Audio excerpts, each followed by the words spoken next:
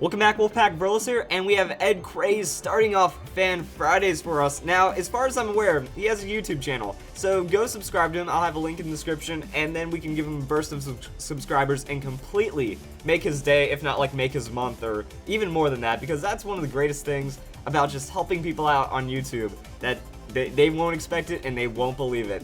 And if you guys really enjoy the way that the strategy works out, you know, it's going to be STARLY with Driftblim support. That could be something serious right there. So if you really enjoy that, you're probably going to enjoy the rest of his content. So Swellow's going to protect, Driftblim is going to minimize. So free minimize on that Driftblim, because Swellow does need to set up that burn orb, or the flame orb, or whatever. It gets burned and then guts and crazy things happen. So Swellow does have a decent amount of attack once you get that burn orb going with the Brave Bird, but it is not enough to take out the Driftblim, and then that is going to be the Citrus Berry. So, restores its health, gets that health back, and then goes for the minimize. Now, Swellow does have a 125 base speed, so I wonder if Driftblim is going to get the outspeed with the Unburden? Maybe? Yeah, it does. Alright, so that means, yeah, once you get the Unburden, time to throw out that substitute. Driftblim uses that. Facade isn't going to do anything. I wonder if the opponent was trying to, like, predict the Baton Pass switch at that point with the Facade. I don't know, but overall, you know, it's just going to be minimized onto Driftblim, and the evasion is going to keep going up. Swellow does not want that. U-turn is not going to do anything, and Swellow's pretty much over at this point. So, now it's time to see what Driftblim does. I mean, Conkeldurr comes in. Maybe has, like, Ice Punch or Knockoff. Knockoff's not going to do too much. And now Driftblim is going for those stockpiles.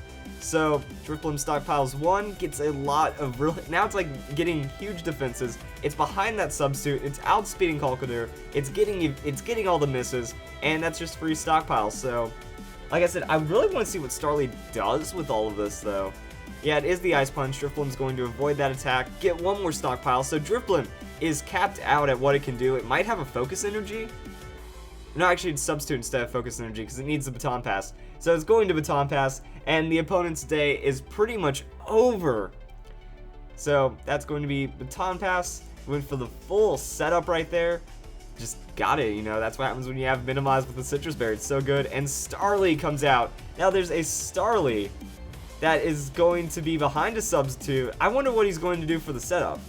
So is it just Swords Dance or something? Mach Punch? Nothing's really going to work. STARLY just goes for straight up Brave Bird. Alright. So wait. How much damage is the Brave Bird going to do to Conkeldurr? Not enough to knock it out.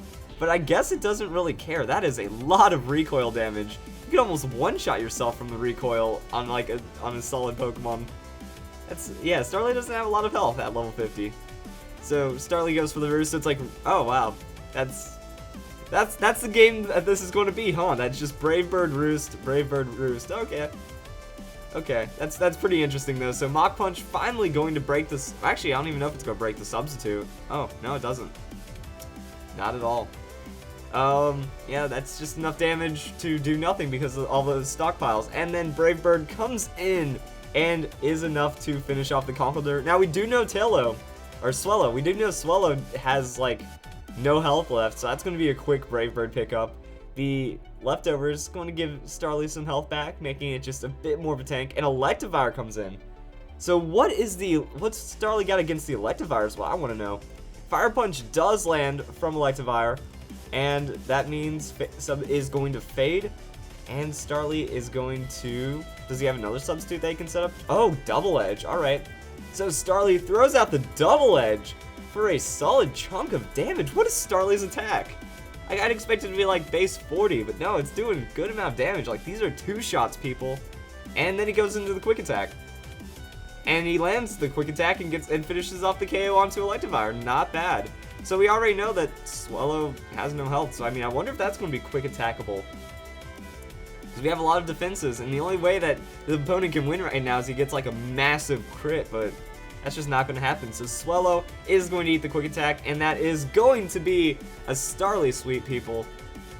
I was expecting like some kind of shenanigans. No, it was just very straightforward. It was, I'm going to use Brave Bird, I'm going to use Double Edge, I'm going to heal up the damage I take, and then I'm going to win.